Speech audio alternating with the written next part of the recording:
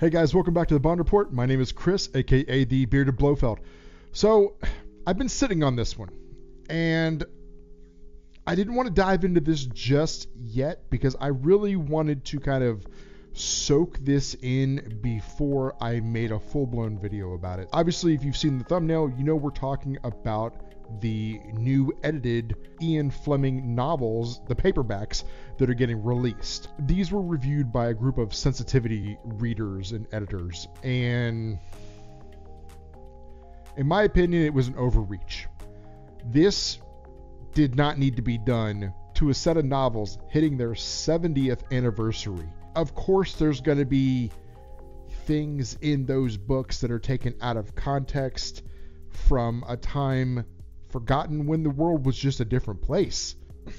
Does that mean we go through with a fine-tooth comb and start taking all the bad words out because, you know, Johnny come lately, his feelings get hurt? I'm sorry, you know, that's the way the world was.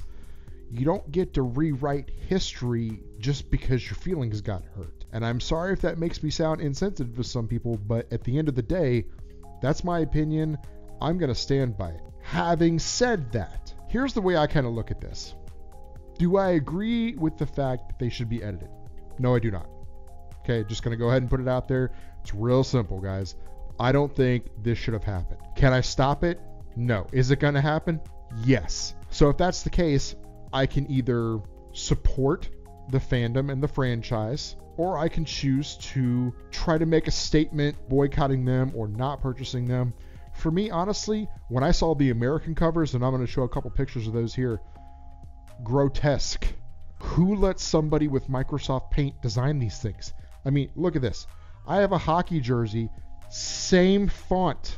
They used this font on the American covers.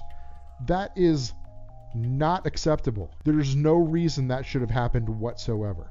They've already even been called out. Roland Hume, who's really been adamant about this, him and I got to talking, and he even posted that they literally used a stock footage. Like if you just look up like the first stock footage of a rocket for Moonraker, that's the cover. And it's so cliche. However, okay, I don't want to just be all doom and gloom running out of the gate here. There is a bright side, and we're going to take a look at the new European covers because I got to tell you guys, it's a huge improvement. Are we going to see covers like the Penguin books? Are we going to get things like this in the future? I don't know. These were a pretty big success. I know a lot of people consider these to be their favorite covers. I'm a big collector as well. I love the hardbacks. These are the James Bond classic library books, and I love these as well. But even if you look something as recent as Anthony Horowitz, Trigger Mortis, look at this. That's a cover. That's a Bond cover right there. And there is no reason we should not be getting this quality of covers for these new books, but we're not. We got what we got. So let's go ahead and dive in and take a look and see what we got, because they are better than expected. Personally, I like the Casino Royale one. I think it's vibrant, it's kind of bold, and you're going to notice something as we're going through here. There's a definite pattern. I like how the card is going, through the zero, gives some dimension to it. So the next up we've got Live and Let Die. Now, what I don't like and what I wish they would have done is they're moving the title of the book around, and it changes the height or the level of one of the zeros in 007. Live and Let Die is okay. It's a little boring. Nothing really mind-blowing there. Definitely more of a homage to the opening of the movie with the flames, but it's okay. It's nothing great. Moonraker. Okay, that's the next one up. I don't feel like that matches the story. That doesn't really... I mean, I could see what they did. They got the clouds. And they're doing this with a lot of the books. They're having that 3D effect using the 007. And again, changing the levels yet again. It's okay. This one, I think this one's on par with Live and Let Die, it's nothing special, but it's not bad. Worlds better than the American covers. I mean, I don't think you could get worse than these new covers, guys. Okay, moving on. Diamonds Are Forever. I like this one. I do. It's simple, but it's bold. I feel like if they didn't design all of the books to have the same kind of look with the 007, I feel like this one would have been my go-to to use this design because it is so bold with the Scorpion. Yeah, and see this one, you've got 007 is all trimmed at the top, same height. Okay, From Russia with Love. Now this is starting to look a little more classic Fleming novel. I like this one. I do. It didn't try too hard, but I feel like it landed. I do. I like that one. Dr. No. I like this one because for two reasons. One, I love that they used the crane. And not only that, they did the play on the water where the 007 is a reflection of itself in the water. I like that. That's slick. Yeah, I do enjoy that one. Goldfinger. Least amount of effort. Like, no effort. The artist was like, it's gold. White lettering. Done. They could have done something else with that. We could have had the flying circus coming through. I mean, there's so many things they could have done with Goldfinger. Yeah, I'm gonna chalk that up as a fail. For Your Eyes Only.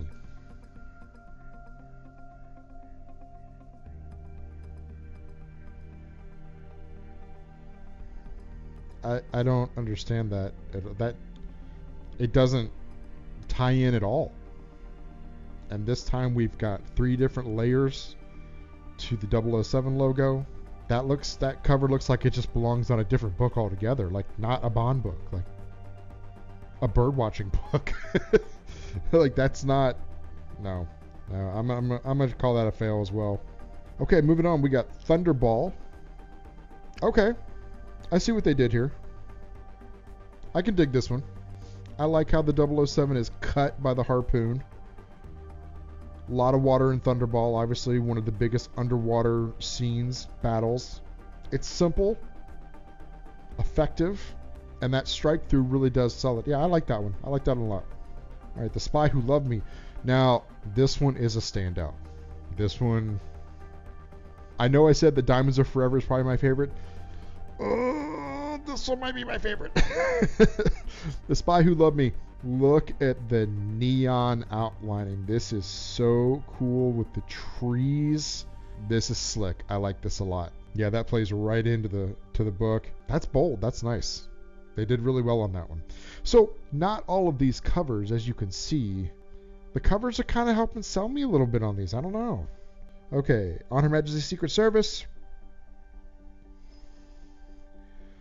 Again, this one's a little more subtle, a little bit more simple, similar to Thunderball meets Goldfinger. Don't love it, don't hate it, don't think it's bad. I just feel like it needs like one more element, like it's missing something. I see what's happening, but I don't know. I'm gonna move on. You Only Live Twice. Now we're talking. That's beautiful. You've got the cut that shows the dimension, a little bit of shadow there. It shows that's pretty cool. And then of course you got the Poison Flower. That's a good cover. That is a good cover. Still 3 different levels to the 007 logo. Feel like they should have gone with a different colored font for the title and Fleming's name, but that's just me being nitpicky, honestly. Otherwise, that's a solid cover too. That really is. All right, next up, The Man with the Golden Gun. I'm sorry, I think Pantera when I see this. Great Southern Trendkill. That's all I see when I see this. And I get it, it makes sense, but this is this works. Again, they're using the numbers and in that 3D effect. It's not bad. I can't see anything else but Pantera's album Great Southern Turnkill. I can't. That's all I see. Moving on, we've got Octopussy and the Living Daylights. It's a little more colorful. I like that they used a different color blue for the water than with Thunderball. So I'm glad to see that they were paying attention to that. And Dr. No, actually. So we have 3 book covers that have water on the front. Dr. No, Thunderball, and Octopussy and the Living Daylights. That was good. It is solid. The logo is more level, the 007 logo. It only drops down with the 7. I think that's what they should have done. How the title is above and all of the numbers are level. I think they should have done that with all of them, regardless of the font size. They should have just made an adjustment, maybe centered it or something. And I know they're trying to work with negative space, and that's a design element. I don't know. It still could have been executed better. Okay, so we've looked at them all. We've gone through the list. Obviously, we've got some hits, we've got some misses. But the one thing I want everybody to keep in mind, this is the first time that Ian Fleming's body of work is going to be altered. Love them or hate them, because we still don't even know what they're editing. We have no list. There's no master list that shows all the edits for each individual book. So to figure all of these edits out, you almost have to go page by page and really try to find them. They need to release a master list. I agree with that. These are going to be considered collectibles. These are going to have a high value to them because it's the first time his work has been edited. So if you're a collector, this is like the first of the first series, starting over. Whether you agree with the edits or not, because I don't. Some may call this a cash grab. They didn't have to go this direction. They're creating turmoil. They're creating these conversations. They're creating videos like the one you're watching right now. The one that I'm sitting here taking time out of my day to create, because it creates a conversation. They're getting talked about. There's no such thing as bad press. I don't care who you are. If they're talking about you, you're valid. And when you're valid, you're popular. When you're popular, you can sell things, which is what they're in. It's the business they're in, to sell books. 70 years, they're still selling books. They had to come up with something different, something unique, and they've done it. And there's going to be a whole generation, whether I agree with it or not, that loves this version of these books. That's going to say these are the best versions. They cleaned them up. They're polished. They're modernized. There is, because there's always the other side of the coin when it comes to someone's opinion. And I respect everybody's opinion because I want my opinion respected as well. And I have to respect the fact that they went out on a limb and they're trying something different.